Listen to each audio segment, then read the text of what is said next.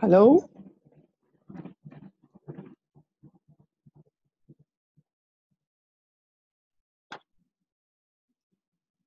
Hello? Good afternoon. Hi, good afternoon. This is Corinne.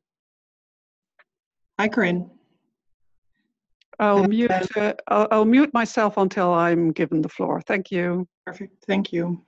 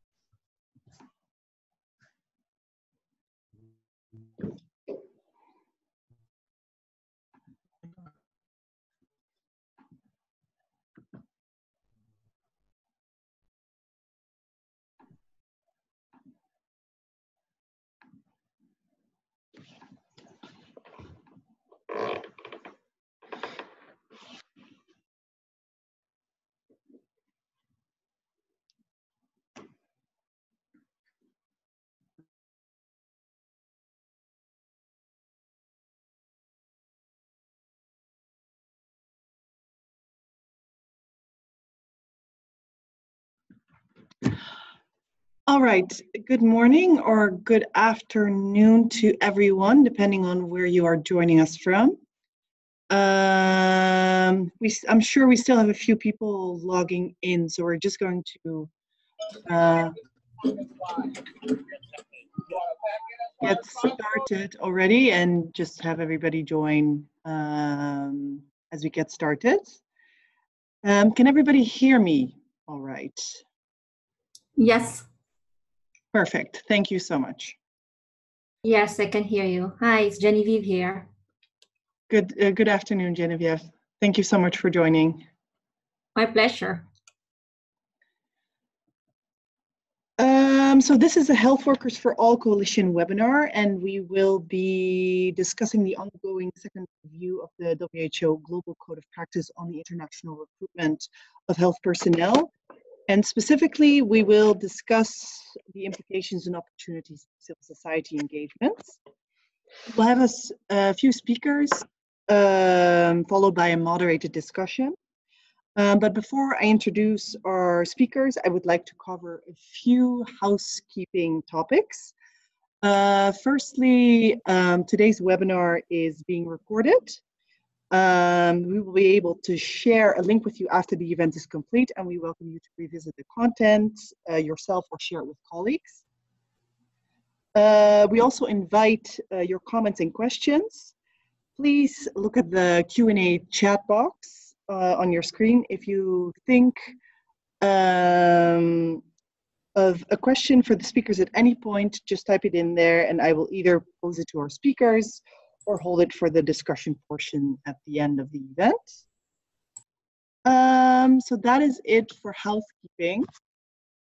So today's presenters are Corinne Hinlopen, who is a global advocate, health advocate with VEMOS on human resources for health, specifically engaged on mobility and migration.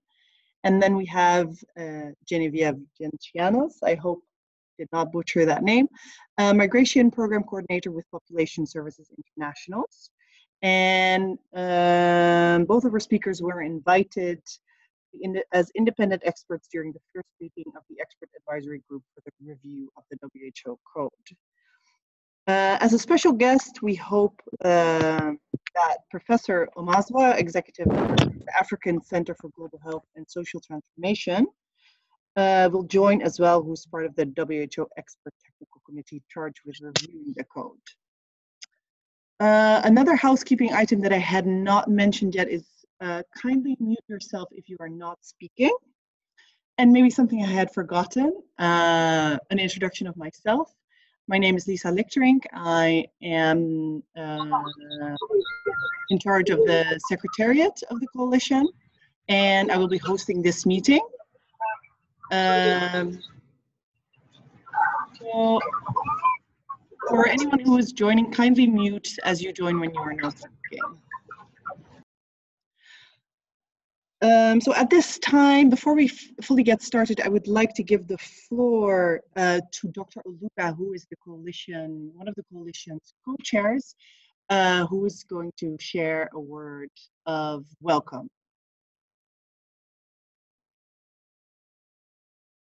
Dr. Oluka, can you hear me?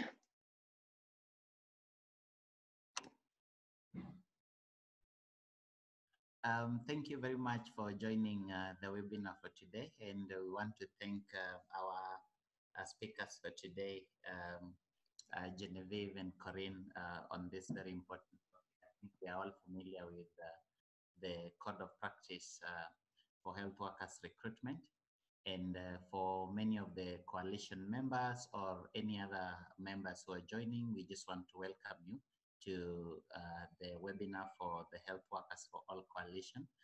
On behalf of the co-chairs and on behalf of the steering committee, I want to thank you again for the next 1 hour, and we are ready to listen. Thank you.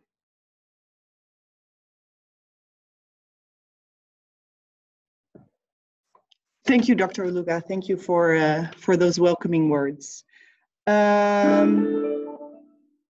at this time, I wanted to hand over the floor to our first speaker, who's going to start today's presentation. Corinne, it's all yours. Thank you very much. Can everybody hear me? Yes, I can hear you, Corinne.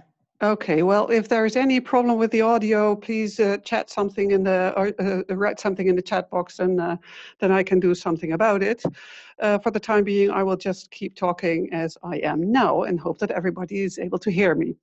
Okay, thank you for having me. I've prepared this presentation to share a number of my observations on the June meeting of the Expert Advisory Group for the second review of the WHO Code. And first of all, next slide, please. I would like to share the timeline for this exercise with you. So the Expert Advisory Group has been established earlier this year and consists of representatives of 12 member states, plus a number of independent experts. And they met for the first time in that June meeting in Geneva, the 18th to the 20th. So that was the first meeting of that expert advisory group, and it included a public hearing with presentations of different stakeholders, of which I was one. Then between July and October, there is going to be a collection of additional data and evidence on the relevance and effectiveness of the code. Then in October or November, there will be a second meeting of the expert advisory group, and their work and deliberations and discussions will result in a publication of findings and recommendations by the end of 2019.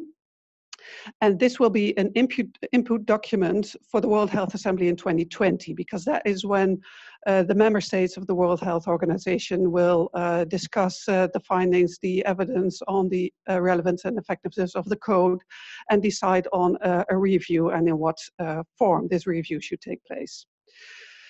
Next slide, please. So I was present in that meeting in Geneva in June. I was invited to give a presentation on the 14 reports that had been submitted to the WHO Secretariat by non-state actors on the implementation of the code in their jurisdiction. However, that presentation that I gave there is not the presentation that I'm sharing today with you. What I will do today in this presentation is share my observations of the meeting and the discussions that took place, so that you can be informed, and so that you can also, so that we can also, as coalition members, start our own dialogue and look at advocacy opportunities in the rest of the review process.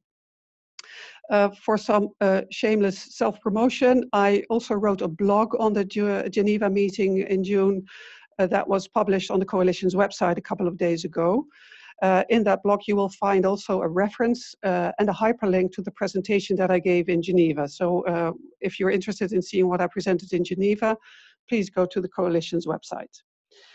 So I'm going to make some observations on the meeting in June along 5 different chapters, so to speak: the appreciation of the code, the 3 reporting rounds, the bilateral agreements that are increasingly present when it regards the code and health workforce mobility, recommendations to the expert advisory group, and a chapter that collects some AOB, some any other business. Next slide, please. So on appreciation of the code, there were a number of different stakeholders present in the room, and they all had different ideas on the code and how useful it is. And many times it was said it's voluntary. Yes, it's a voluntary instrument, but the signatories to this instrument have moral obligations. And it has been seen that in some jurisdictions, the code has actually been used by national courts to force, between quotation marks, to force governments to adhere to it. And there have also been instances where the code has been incorporated into law. So even if it is a voluntary instrument, it is actually possible to transform such a voluntary and non-binding instrument into binding law. Then another point is that the global context has changed enormously since 2010, and 2010 is the year of adoption of the code. For example, we have the SDG agenda, the Sustainable Development Goals. We have a global strategy on human resources for health. There's a 5-year action plan on health, employment, and inclusive economic growth. We have the Global Compact on migration since last year that includes provisions for global skills partnerships, and they have a direct bearing on health worker mobility. So the whole complete global policy and political context has changed a lot since 2010. And then there was, of course, a lot of discussion on the implementation of the code. And the point is, we don't really know much about the implementation status because the reporting on the code is lacking in quality and in quantity. Next slide, please. Because what we see is that the quantity of the reports is abysmal. This is not a word that I would have used myself, but this is by one of the participants in a Geneva meeting. But it's substantiated with a few figures, like only 80 member states have reported in the last round, and the last round was in 2018, and there are 194 member states to the WHO. Also, only 14 non-state actors, that is civil society organizations or unions or professional organizations, have uploaded a report on the implementation of the code to the WHO Secretariat. That's also very few. The quality of the reports also leaves to be desired. And one of the observations made in the meeting was that the capacity for reporting is low across the board. So that might also explain why so few member states have reported on the code's implementation. Then what I discovered is that the non-state actors' reports do not follow a fixed format. The member states report, when they report on the code's implementation, they do it in a more guided survey format with a more quantitative information. This is not the case for the non-state actors. So this results in very diverse range of reports with hardly any comparable information.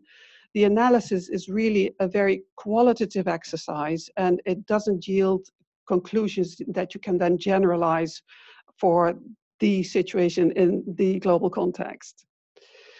The reporting is incomplete by design. The health worker angle is missing. There is no attention being paid to the experiences, rights, obligations of the health workers.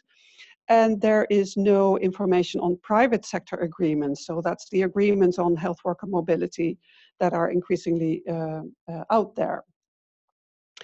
And both these elements, the health worker angle and the information on the private sector agreements, are becoming more and more important because there is increasing health worker mobility, for one.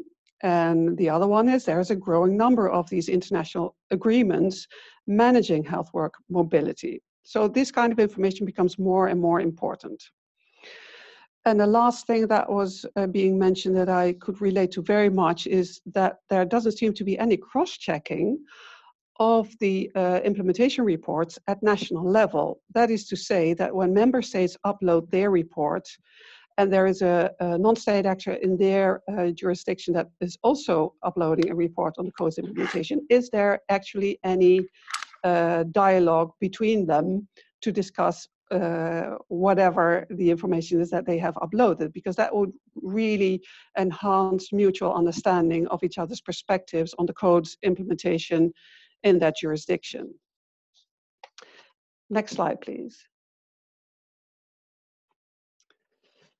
On the bilateral agreements, the report of the WHO to this year's World Health Assembly stated that there have been 120 agreements that have been reported in the 3 reporting rounds. That means 120 bilateral or regional agreements on health worker mobility.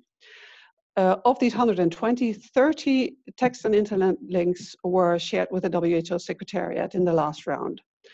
So that begs the question, where are the other 90? And what do we know about them? What we do see in the agreements that have been made public, for example, the 30 that were shared with the WHO Secretariat, gives rise to a number of questions that I've enumerated below. Where are the ministries of health in these arrangements, in these agreements?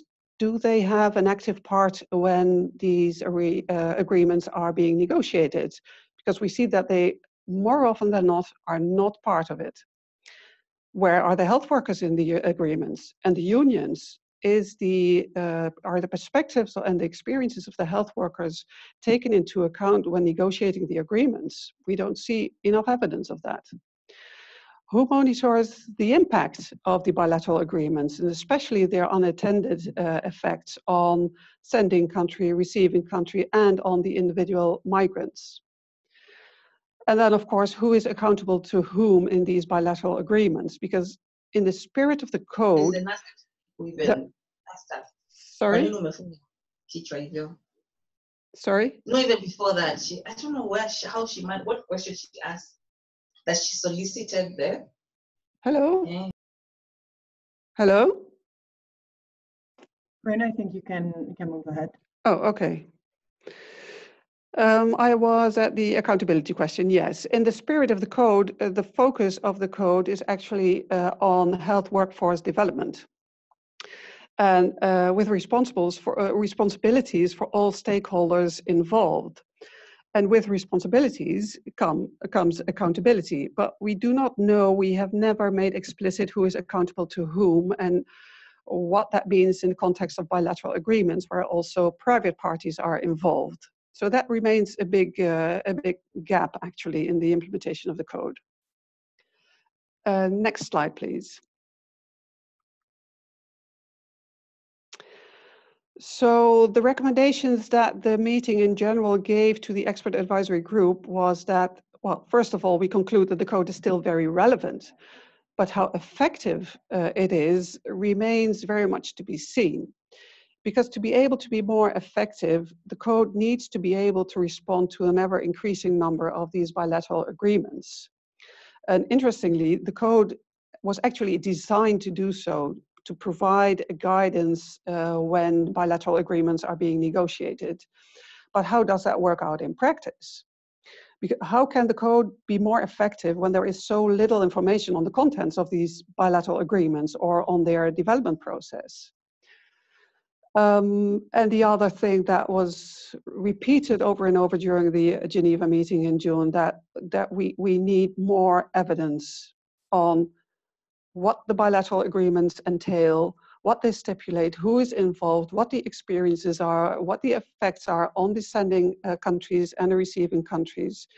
And there's just not enough information on there, on those aspects out there.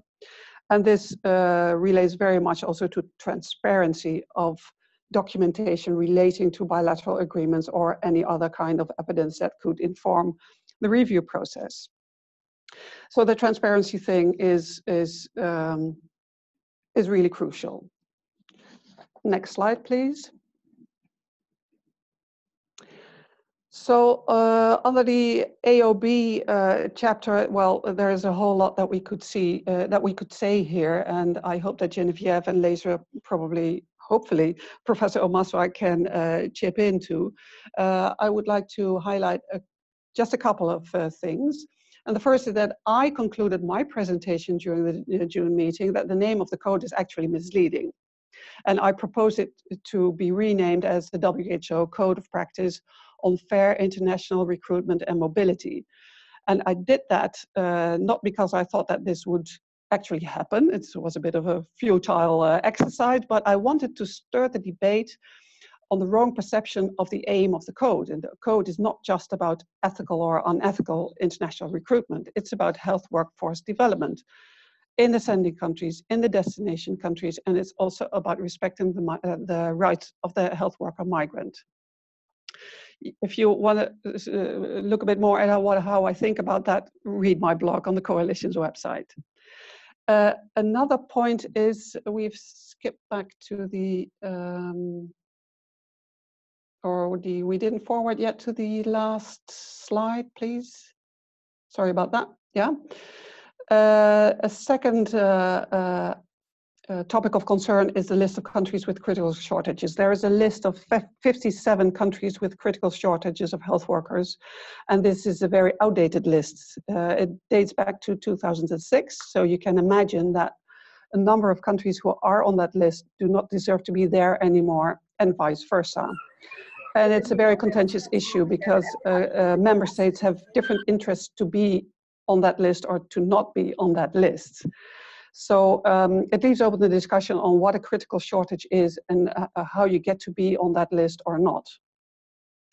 Then there was also quite some debate on the economics of supply and demand in a global shortage situation, because as we know, all know, we are all advocates in health workforce development. We know that globally speaking, there's a big shortage of health workers, but still in some countries and regions, there are caps on how many doctors and nurses and other health workers are being trained, which from an economic perspective is not a wise thing to do. So it creates shortages and it creates push and pull effects that then create sort of a waterbed effect all over the world and leaving the lowest resource settings understaffed. And then there was also, of course, the issue of different policy arenas that intervene, that have an effect on health workforce mobility, namely migration policies, recognition of qualifications, transferability of social security and pension rights, and a number of others. And all these sectors should be working together a bit better in order to manage health workforce mobility, and also to further health workforce development globally speaking, from a global perspective. So that was it for my part. Thank you very much. And if there is any question, I'd be happy to answer them. Thank you, Corinne. We're getting a few questions already in the chat box. One comment that I will save for later in the discussion portion, but there are two questions that you can maybe answer at the same time. The first is, who is formally representing civil society, the expert advisory group for the code review? And the second is there an overview on CSOs that give input directly to the governmental reports, like they're doing in Switzerland? Sorry, that last question, I didn't get you completely. Is there an overview on CSOs that give input directly to governmental reports like Switzerland is doing this? If that last question refers to who has been reporting on the code's implementation, that's made public on the WHO website. I'm not sure if that is the question. Regarding the first question, this first advisory group meeting with the public hearing, there were a number of civil society representatives present that had been invited at that point in time by WHO. Now, I don't know on what basis they invited whom, but they did ask all the organizations and representatives to give a presentation or on a specific issue. Like WEMOS had been invited to give an analysis of these 14 non-state actor reports on the code's implementation. And there were quite a number of other invited presentations on selected topics. And I can share, I suppose that this is public information, I can share who were the persons who have presented evidence there, if that's what you would like to see.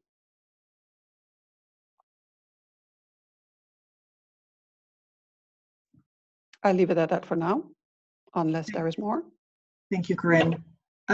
Just looking at the chat box, I think I would prefer to first move on to the next presentation before covering the other inquiries in the chat box. So I would like to hand over the floor to Geneviève for your presentation. Can you hear me now? Yes, we can. Thank you very much, Lisa, and thank you, Corinne, for really clear and a very helpful presentation. It was excellent. And but first of all, let me just reintroduce myself. My name is Geneviève Gencianes, and I represent Public Services International, not Population Services International. People always make that mistake with the acronym. But we are a global trade union federation representing public service workers.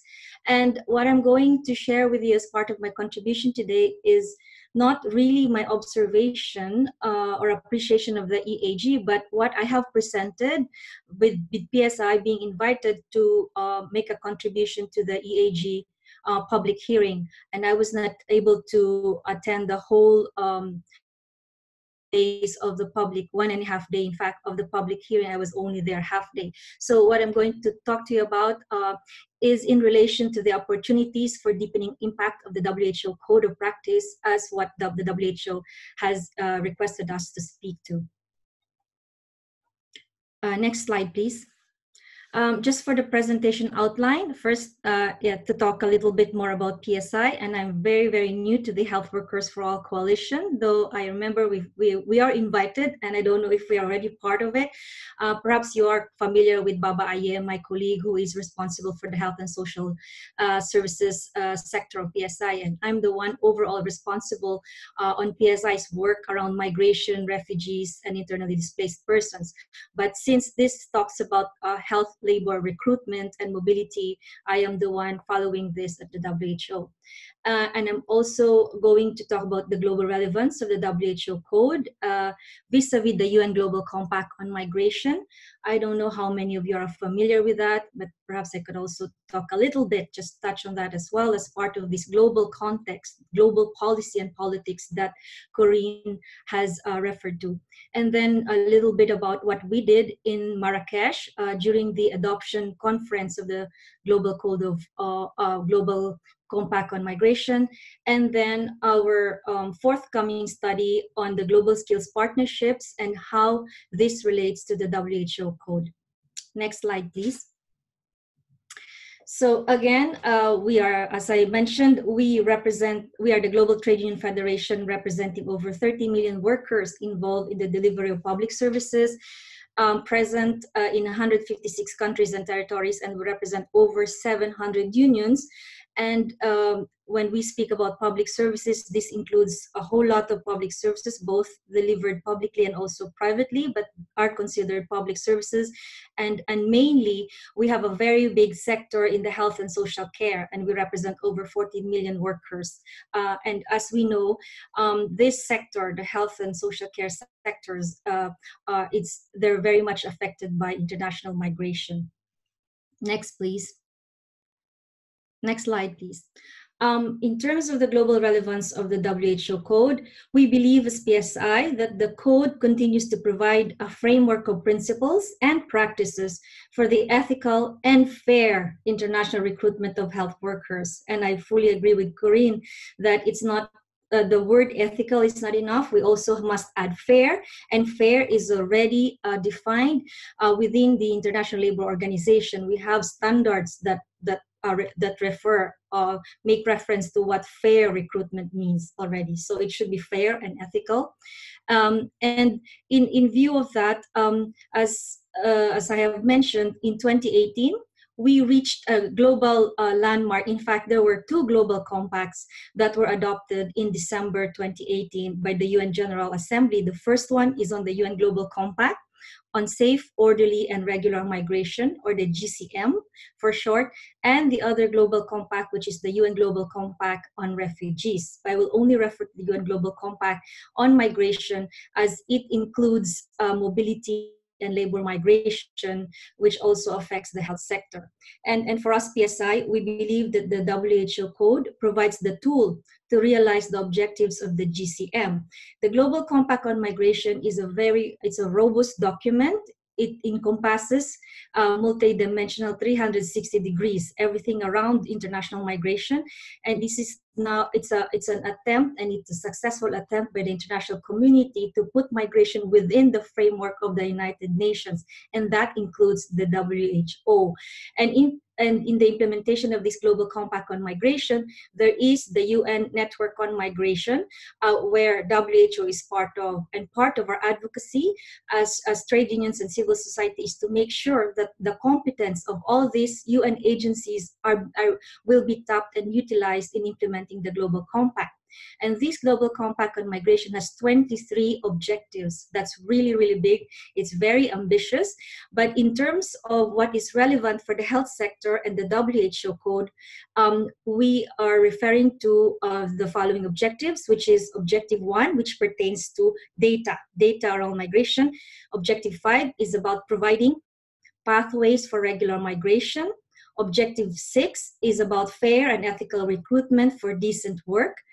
Objective 18 is about skills development and partnerships. And this I will touch on an emerging framework, an emerging tool that is being developed and promoted globally, which is called the Global Skills Partnerships. And I will juxtapose it with the WHO Code and why we should be wary of it and why we should be vigilant as trade unions and civil society.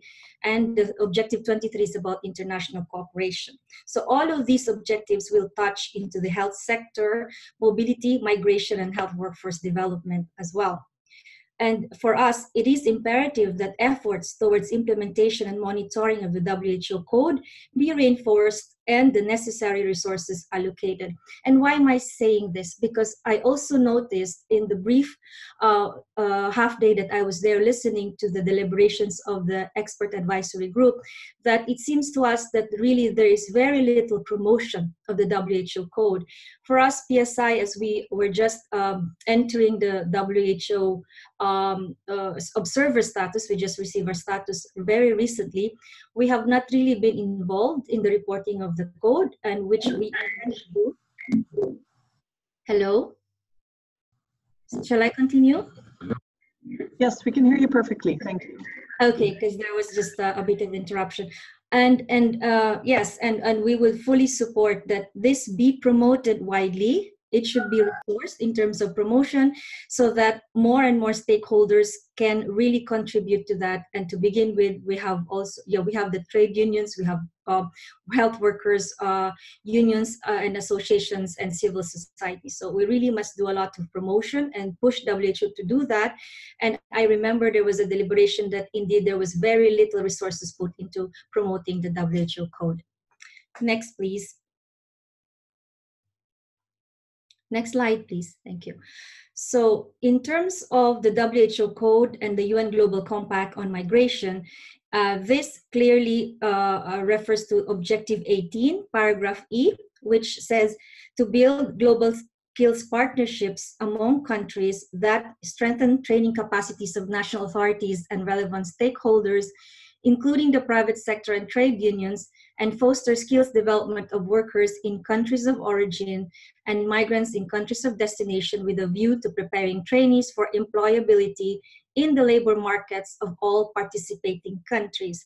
This objective is something that we as PSI were wary about. We have to be very careful about this, because though it seems well-meaning to build skills and to have partnerships, it's really about these global shortages and how developed countries can source health workforce skills from developing countries. It's really like a supply and demand, and how they can be produced, these skills. So the GSP, as it is called, is already being defined in this Global Compact on Migration, and this is why we have to do our proactive work as trade unions representing the health and social care sector, and do our homework in preparing for this. And we are cooperating with WEMOS and Corinne and Lindemans, and of course Remco in this paper.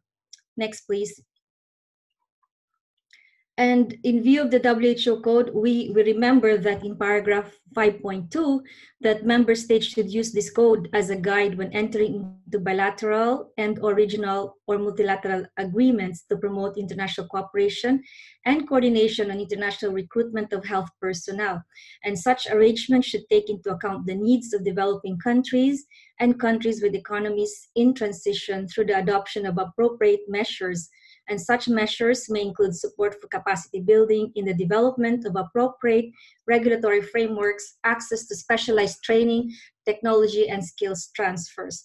And this is where really the code of the WHO Code provides the guidance, and with member states entering into these global skills partnerships, the WHO Code could really provide a lot of guidance along with other international norms and standards within the UN and the International Labour Organization. So what we're trying to say is that the code is one very important tool, and it is very relevant, and it can really contribute a lot in terms of providing the framework and the instruments and standards that should be followed when entering into global skills partnerships, as stipulated in the Global Compact on Migration. Next slide, please. So in preparation of that, we reached out to WEMOS, and particularly with Remco from Maastricht University, to help us, and also Lindemans, to help us look into these global skills partnerships. And we had a preliminary study that was ready by the time of the adoption of the UN Global Compact on Migration, and we did the side event in Marrakesh to talk about health worker mobility and migration in view of the UN Global Compact, and presenting the preliminary results of our study on the global skills partnerships. And some of the key takeaways from this official side event of the PSI that we organized in cooperation with the WHO, our European Regional Organization, EPSU, the German Foundation, FES, and the German federal government to look at these issues. Some of the key takeaways that help we all discussed and agreed that the health sector's importance. The health sector is very important in terms of employment and economic growth, as also presented in the report of the COMHIG, the UN Commission on Health, Employment and Economic Growth. Health worker migration and mobility is an important aspect of current labor migration, and this must be recognized as a lot of evidence are presented towards this, and it's very important for us advocates for health workforce development to be aware and be vigilant in terms of how international recruitment and mobility is being used, and how it can decimate the health workforce of developing countries if we are not there to put brakes into this.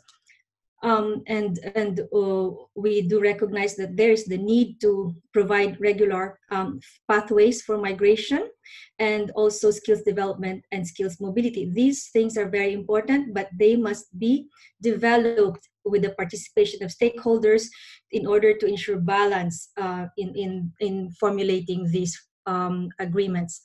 And for now, there are no existing clear examples of global skills partnerships, though there's a kind of model that was presented by Michael Clemens, an economist, who proposed what global skills partnerships could be like, and particularly piloting this within the health sector. But we argue that there are no GSPs in the health sector yet, but we can look into some of good practices and models or elements like what we know, the German-Philippines Bilateral Labor Agreement on Nurses, which is one BLA that is quite transparent, and we can claim as a good practice, as we are really part of this as well. The trade unions are part of the Bilateral Labor Agreement in itself.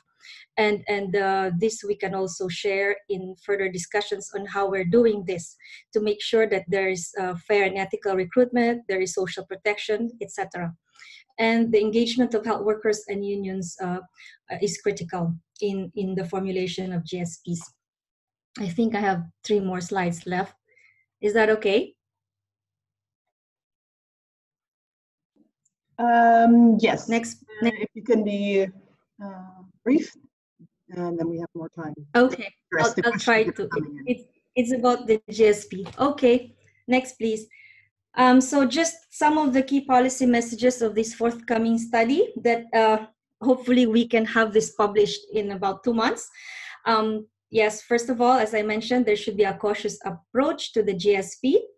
And again, we must always look to the various international norms and standards, including the WHO Code, to provide guidance in the development of GSPs.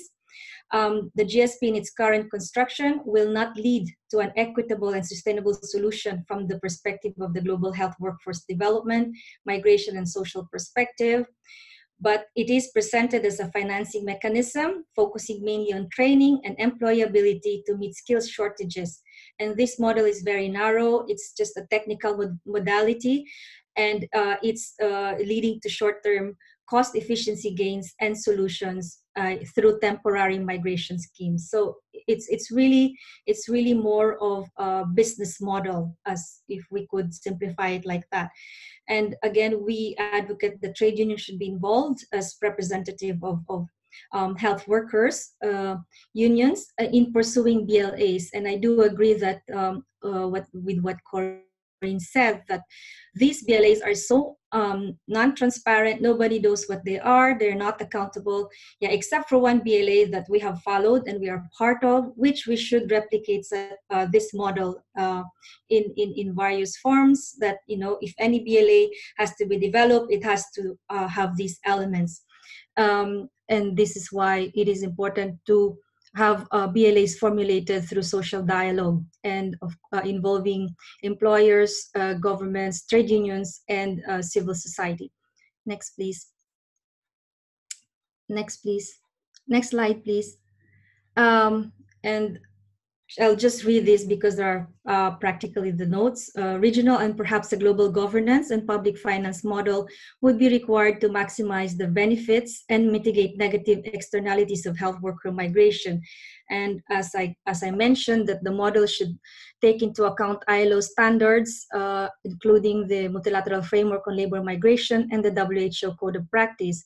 And the recent International Platform on Health Worker Mobility can provide a platform for us to influence the WHO, the ILO, the OECD when they talk about health, labor, migration, and mobility. PSI and like-minded organizations and civil society could explore the development of skills partnerships that have a more explicit public service orientation and public goods approach that will contribute to sustainable health systems development and reduce global health inequities in the long term. This could include country-based analysis and in order to look at its impact at the national level on the health workers and all the users of health services. And these GSP models need to be tightly designed, governed, financed, and monitored by public-oriented institutions, including national governments, trade unions, and civil society. And again, I conclude that we can always go back to the WHO Code in order to provide guidance on these future and forward-looking models that are promoting international recruitment and labor migration, and to make sure that they are decent.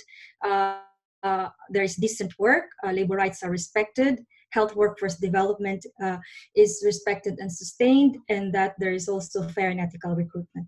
I think that I could end there, and happy to answer questions later. Thank you very much. Thank you, Genevieve, for your presentation. I haven't seen direct clarifying questions for your presentation in the chat box. What I have noticed is that Professor Omazo has joined us in the webinar. So at this time, I would just like to give Professor Omazo an opportunity to speak at this moment, or if you would prefer to just respond to questions as they come out, that is also good. So Professor Omazo should be able to speak. Thank you, and good afternoon, all of you. I'm sorry to join the meeting late, but as they say, better late than never. I came in the middle of the PSI presentation, which is very helpful. And as you may know, I believe, preparing this with this webinar material to submit to the current ongoing WHO review of the relevance of the code. And they are waiting for opinions and expressions of submissions from partners such as the Health Workers for All Coalition. So this is a very, very important piece of work that you are doing.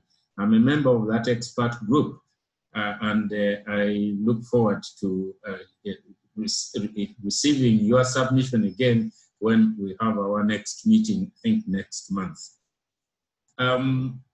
Speaking sort of like at a high level, my message would be that this code came because of disorder in the way in which recruitment companies were coming to Africa, particularly sitting in hotels and taking away nurses and doctors and other health workers. And the African health ministers were very upset by this, and it led eventually to the code, which was an agreement, a compromise. Let's have a code which we can use to share a global pool of health workers in an ethical way. So this is the code. That was the agreement which led to the crafting of this code. And the code is comprehensive, and it can even become in future an entry point into health workforce development in countries around the world. So when we are therefore discussing the relevance of the code, I hope we will focus on what the potential of the code is, and design ways in maximizing and achieving the full potential of the code. Because the alternative is that we will say, oh, the code has not worked, therefore it is not relevant. And then that is going to take us back to where we were going away from. So my appeal to all of you stakeholders is that this code remains relevant, this code is comprehensive, and we should look for ways of ensuring that the code is implemented one way or the other. Particularly the civil society group will have a key role to play, because some of the governments have a vested interest in not having the code in place at all. And they will for this code. But we, civil society group, this is really our opportunity to be champions of this code. So for the time being, let me stop there, and available if anyone wants to ask a clarification now or later. Thank you so much, Professor Omazo, for joining us and for sharing your perspective. At this time, I want to start the discussion portion of this meeting. So for the registration, all of you filled in also some questions and explanations, and we've been receiving some questions in the chat box as well. So I'm sort of distilling the main messages from there and posing them to our speakers, but of course also other members can join in. If you wish to comment, or you can also raise your hand, then we can give you the floor as well. Maybe as a first question, is just a general question that has been asked multiple times by different people is, how can coalition members get involved more in the code review process? Mr. Amazo, maybe you would be able to comment? Yeah, so there are several approaches that we could use. First is to work through the coalition secretariat. We should advocate for the coalition secretariat to get a bigger say in what is happening, not just about the code, but about the entire health workforce agenda. So this coalition should be a member of the WHO Global Health Work Network, Global Health Work Network. They have got hubs in there. They also have a steering committee. So this is a key group who should be involved. That is one route. Then the second route is wherever you are, you have access to other civil society groups, to governments, and to other agencies. Just talk about this. And also through maybe the coalition secretariat, we should get a common message which we use wherever we are outside the coalition to bring in more people and get more and more members to join the coalition. There are various platforms around the world where we could be. And for example, what is happening, what are we going to do next month at the UN General Assembly? Are we going to be there as a group? If not, as individuals, separate organizations. So that is a venue where we should find a way of being visible with our message. So maybe let me stop there for now. Thank you, Professor Amazwa. They're good and clear, I think, avenues for action. There's a specific question to you as well, and maybe I'll invite Corinne and Genevieve to comment as well. How do we overcome the shortcomings of the code? Will we reopen the text or focus on stronger regional instruments or integrate core content in other mechanisms? What is your perspective? Well, we discussed this at the expert group, and the feeling there was that the moment we try and make any amendments to the existing code, it could open the door to other things which may not be in our favor. The recommendation or the proposal is that we look for how we can improve the way it is working. There are not enough studies of what is going on. That I think is one of the biggest weaknesses. There's still a lot of movement of health workers, and it is growing, by the way. That's the other point we should have, I should have made right at the beginning. Migration of health workers is growing. And surprisingly, the northern countries are affected as much as the southern countries. You look at, for example, the UK, in the United Kingdom of Britain, they are losing their doctors and nurses to New Zealand and to Canada and to Australia. And now that they can't recruit people from the European Union if they leave, they are now coming to us. So that is big.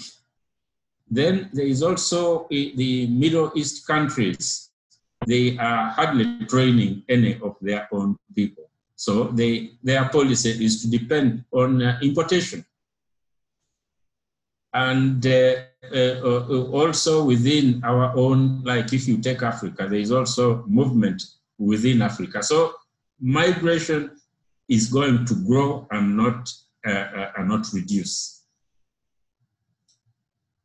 So therefore, your question was, should we be changing anything in the code? The answer would be to discourage it, but instead advocate for ways in which the existing code can be implemented more effectively. Thank you.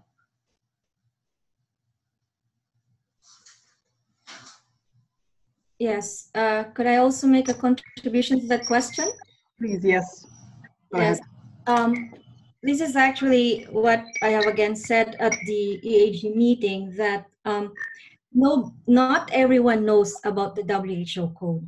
Unfortunately, it is like we are all speaking to the choir or singing to the choir.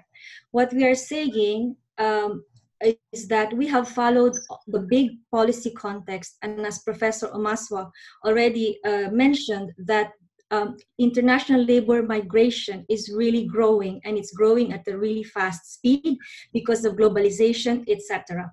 And it is important. Well, I would, as one who has followed the WHO code and also followed the whole context of international migration policy, what the WHO has right now with the WHO code is emphasizing on the ethical aspects of it, which is very, very important.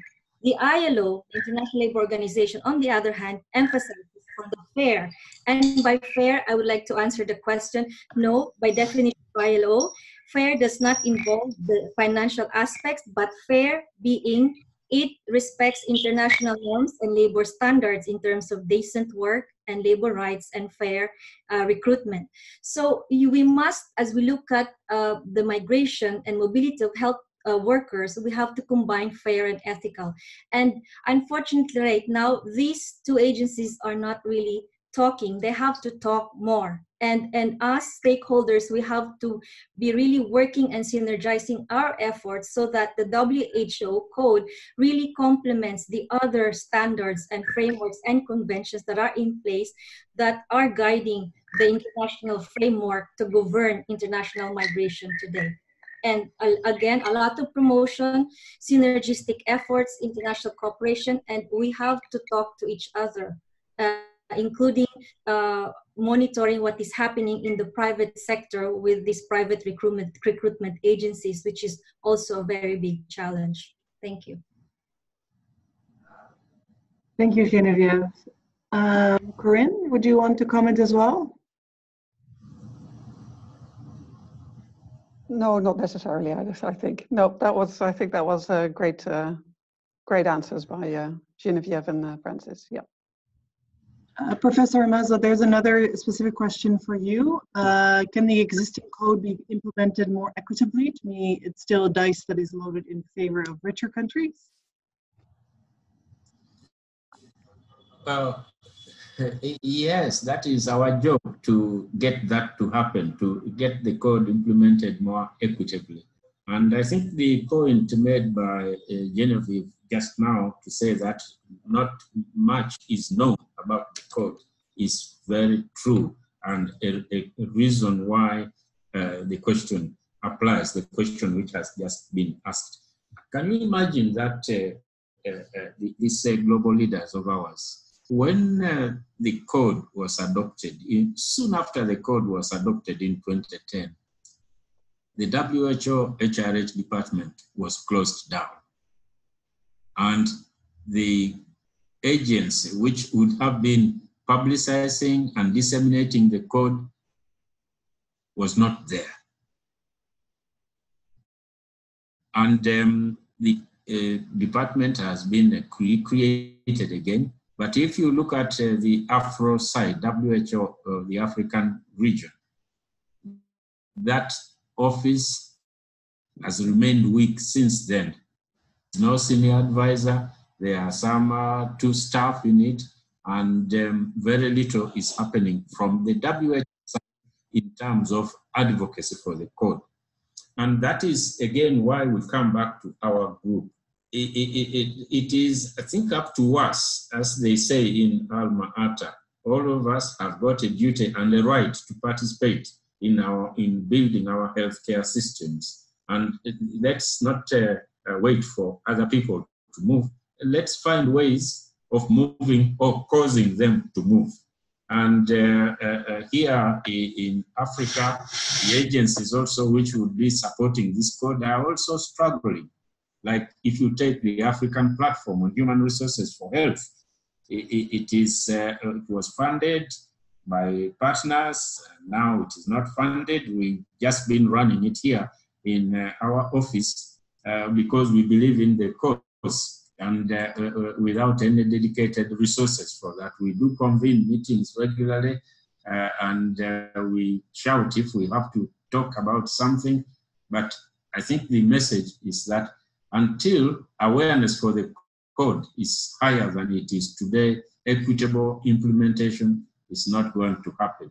And this awareness, let's take it as our responsibility as the Health Workers for All Coalition to scale it up one way or the other. That would be my answer. Thank you, Professor. I got a comment from Dr. Oluga, who would also like to come in. Dr. Oluga, you can speak.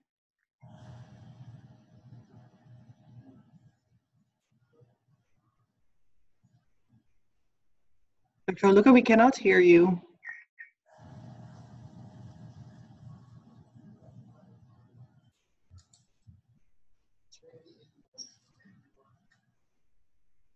Dr. Oluga, unfortunately, we cannot hear you. Perhaps we'll try again later at in a few minutes' time. There's many more questions. Perhaps another question that we received through our registration is how can we use the code to influence our own national decision makers? And what message can we be directing at our own governments to advocate for the code? Yeah. Well, if I may start, others can join also. I think the first thing for our government is just to let them know that the code is there. And then the next thing, when they are looking to recruit, when they are having challenges with filling positions and they are in the process of engaging private recruiters and so on, to remind them that the code is there and that it is possible for them to engage with through the bilateral agreements which are provided for by the code.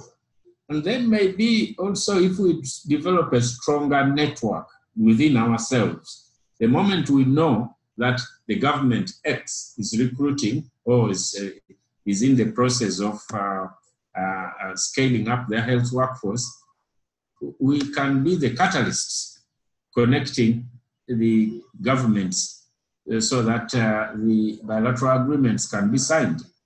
In Uganda, for example, the government is got too many young people. They are looking for jobs for them, either as guards or domestic servants or as nurses and doctors. And the Middle East are the ones who are taking these people now.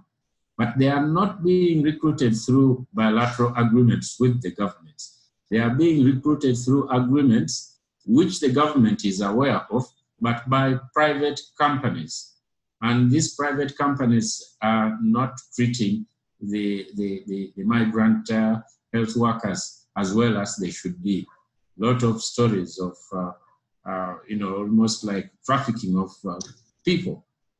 So our job then here in Uganda, we are trying to draw the attention of the government of Uganda to the fact that they could do a bilateral with Saudi Arabia or with Emirates, like the Sudan has done, because the government of Sudan has done something like that.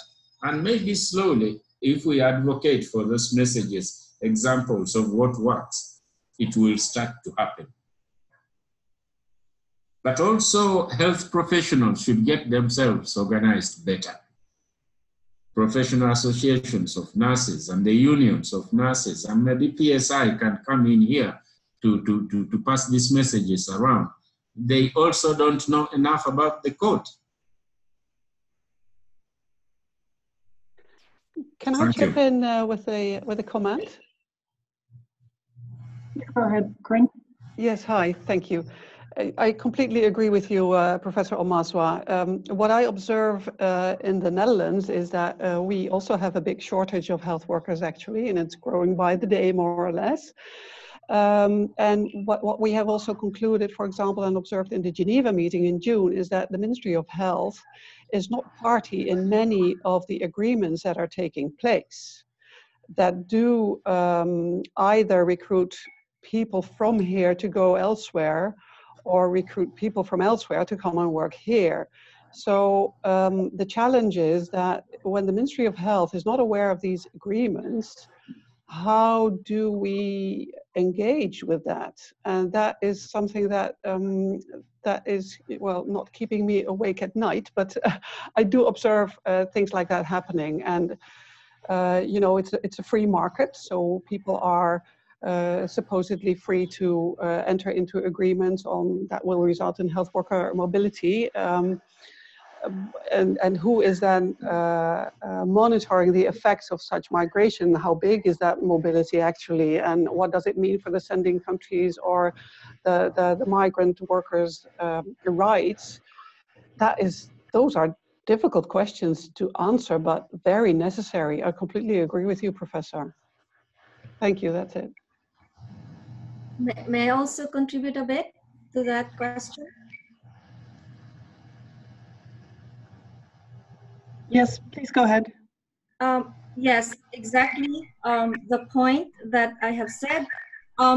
Unfortunately, in reality, the Ministry of Health does not talk to the Ministry of Labor, neither to the Ministry of Finance, the Ministry of Interior, and all these agencies are dealing with international recruitment and migration. They must be able to speak to each other. There should be policy coherence horizontally and vertically, and that applies as well to the stakeholders, us, the trade unions, civil society, advocacy groups, etc. In order to really put in our goals of social justice, equity, and fair and ethical recruitment. And we have a lot of work to do because all these frameworks are in place. There is the Global Compact on Migration, and it's really huge. And it will touch on everything about migration, including health workforce development. And for us, PSI, it's a really big fight that when we are sitting at the ILO, we are pushing member states to listen to us, not just about issues of labor rights, but also issues of health workforce sustainability. And when we are at the WHO, we talk about labor rights in addition to right to health for all. So we must really work together, force our agencies to talk to each other, but first of all, raise awareness, because all the other land agencies are not aware of what this WTO Code is. And we have a very powerful tool with us that, given this current context on international migration, we can really use this code. Thank you. Yeah, I agree with your point there, because like here in Uganda, it's the Ministry of Labor, which in fact there is a legal statute passed by Parliament on this topic, but it is only the Ministry of Labor which is dealing with it. But I have never heard the Ministry of Health here referring to that, except the unions, the health workers, what do you call them? It's the Uganda Medical Association is also now creating their own recruitment company. And the nurses also are doing the same, which is fragmenting the effort and not increasing the bargaining power of the recruited health workers. That's really very concerning. Just to plug a little bit, that we are also going to publish a policy paper looking into these current efforts of international recruitment going on, especially in Africa, within Africa and to other regions. And we plan to use the policy brief to talk to governments and educate our unions to work on this issue more vigorously. And we'd be happy to work in Uganda to begin with, and we're doing pilots in West Africa in the next months. Yeah, let's be in touch. You have my contact, isn't it? I'm sure I can get that. No worries, Professor Omaswa. We have a lot of work to do. Yeah. At this time, we are we should be heading to the closing of this webinar, I would just like to give Mr. Schwartz a moment to share his thoughts.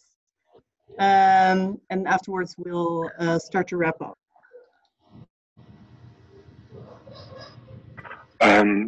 Yes, thanks. This is Thomas. This is a bit a strange conversation we have today, and I say this because I was 4 years ago civil society representative in the expert advisory group on the code review, and at that time, you know, we discussed the code still as kind of a young instrument with baby diseases, for example, the lack of national reporting, or the lack of knowledge about the code. And now the code is 9 years old and we see the same failures, and we also see that the code is maybe not the best instrument to address some of the core issues related to unjusticeness of trade relations in the field of health workforce. So I wonder if we still need to be so shy regarding, for example, the opening the text of the code, renegotiating some of it. We discussed, for example, compensation. We discussed the problem that the code does not really address the problem that some countries invest huge amounts in the training of health workers and others benefit of it. The code just talks about development cooperation as a solution for this, but it has failed for providing a strong incentive for increasing or changing those patterns which are deeply unjust. So yeah, I think we should be more challenging. And the second message I have is, 4 years ago, the expert advisory group process was totally transparent. We had, for example, a publicly webcast hearing and meeting of the expert advisory group. And this time I even do not find a list of members and no information about the process of this review. So I think WTO should be challenged to make this more transparent and really allow civil society and others to join the conversation. Thank you.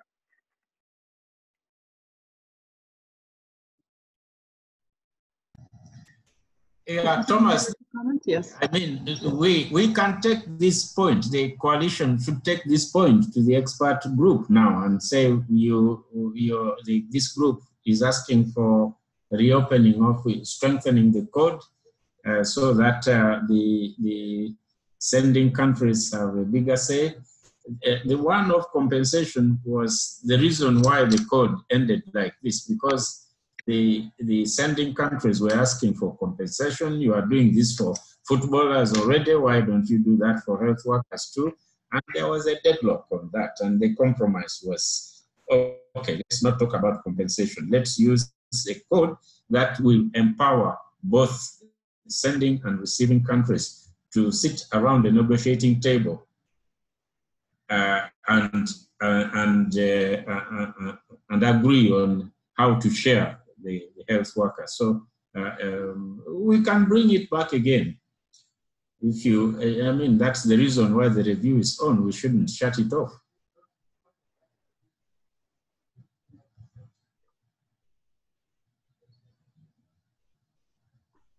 All right. Thank you. No, I agree that I think there's a key action point there, and it's clear also that there's a lot of interest from different coalition members in this topic. Therefore, I would like to propose sort of a way forward, also to close this meeting, and that is to follow up on an earlier action point, actually, to set up a working group, a small working group, to work further on this issue, to see what concrete input we can give as a coalition on this process, to at least see how we can make it more effective, more transparent, more relevant. Unfortunately, I'm not able to cover every question that has been asked. Again, this shows how much interest there is in this topic. But I would like to ask if those online today, and we will send out a separate reminder as well to the coalition listserv. Those who are interested in joining a separate working group to work on this issue, please drop your name in the chat box or send an email to the coalition email address, and then we can compile and set up a small working group to start working on these issues. And I think Corinne had already indicated wanting to work with some people from the coalition around this, of course supported to this through the Secretariat. If there are no pressing further questions, if there are, please raise your hand. I think this was a very interesting webinar, and I learned a lot, and I'm happy to see so many people join us online for this call today. So I would specifically like to thank our speakers, Professor Omazwa, Corinne, Genevieve. Thank you so much for your contributions, and all the members for contributing your questions and comments.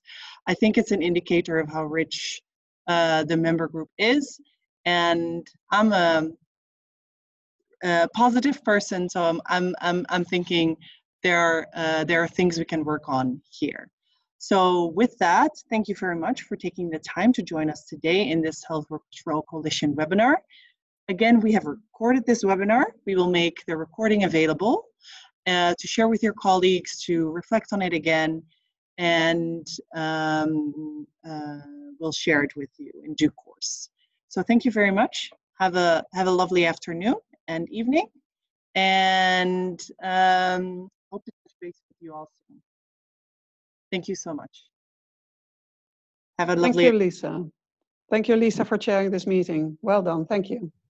Thank you, Lisa. Thank you all. And have a good evening over there. Thank you, Professor Maswa. Thank you. Thank you, everyone. Thanks, everyone. Bye-bye. Bye.